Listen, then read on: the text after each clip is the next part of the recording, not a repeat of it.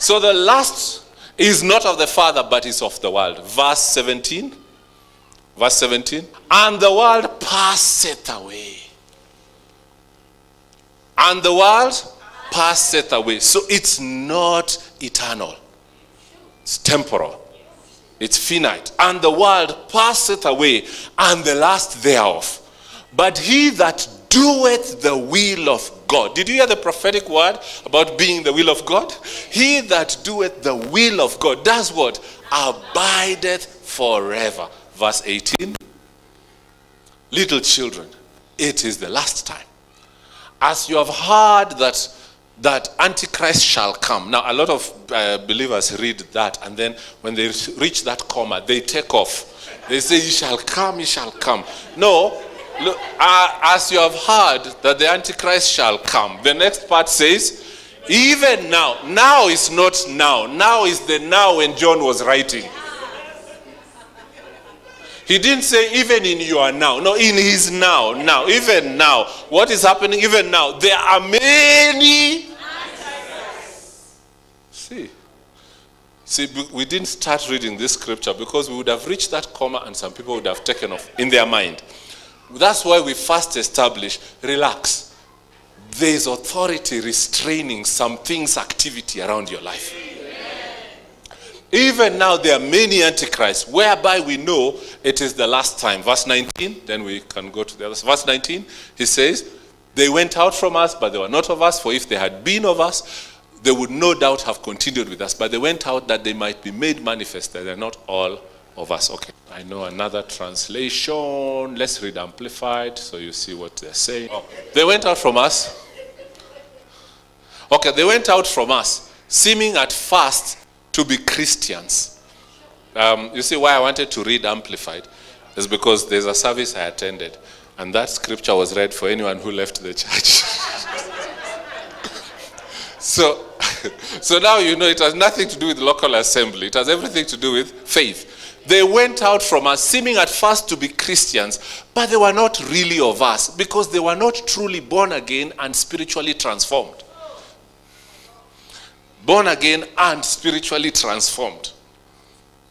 Now, born again waka stop up and spiritually transformed. And then he says, for if they had been of us, they would have remained with us, but they went out teaching false doctrine so that it would be clearly shown that none of them are of us. Now, this is part of the game the enemy plays.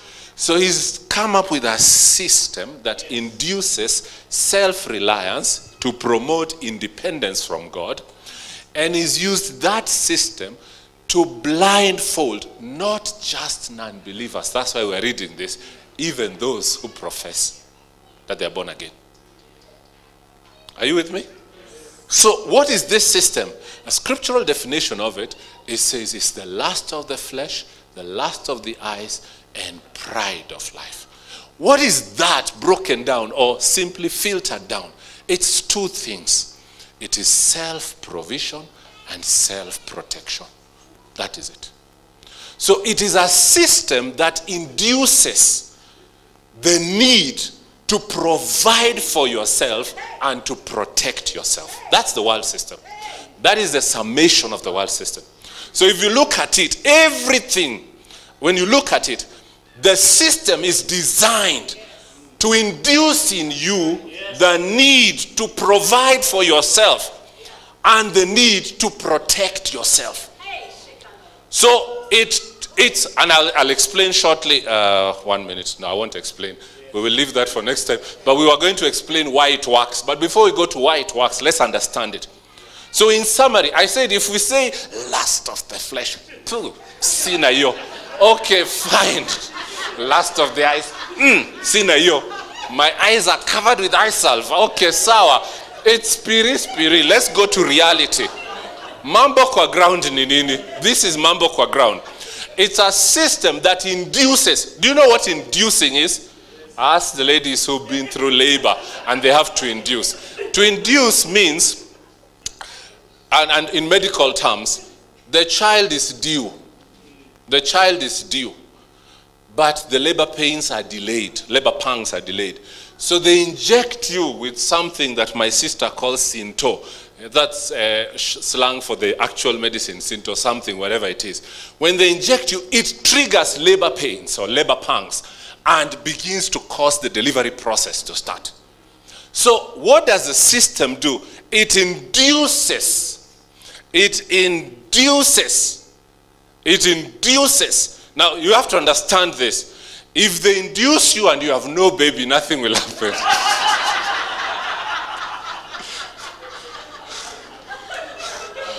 So there has to be a point of contact. There's something you are expectant with. So when they induce, it triggers labor pangs, also called lust. This labor pangs are not called lust. Don't misquote it. I'm drawing a parallel, for heaven's sake. Jesus, have mercy on me. I'm trying to draw a parallel. You know, somebody can clip that and say, labor pangs also called lust.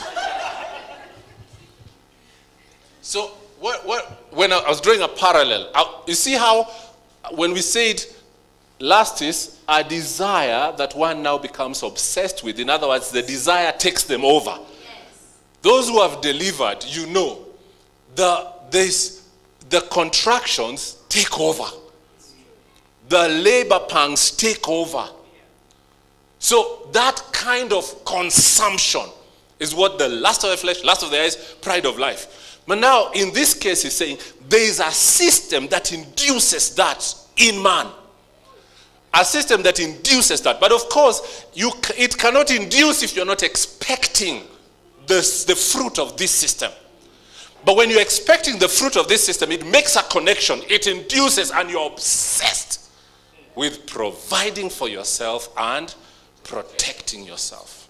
Shaskia kuna deal, hot deal. Hot deal. Another one I like. And you see, I keep attacking these things until they fall off you. Yeah? Obsession with buying land to live for your children and their children's children. It's arrogance. Who told you they will outlive you? Who told you? We must find our way to what the prophetic word said, in the center of God's will. Because that is when you're hedged about. Because what's the enemy doing? He's inducing, he's baiting. He's baiting. So you he starts slapping you with new business ideas and all this. Do the business the Lord is giving you. Amen. Not the trend. Not the trend. Not the trend. So you can find yourself busied up and about what? But you see, this is mambo kwa ground. How do you characterize this thing? How do you know it? The drive to provide for yourself and the drive to protect yourself.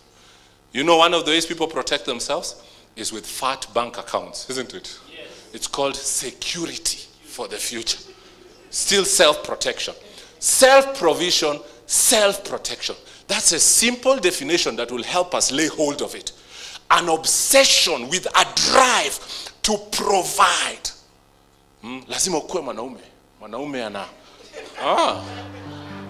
Sawa, mwanaume, sawa.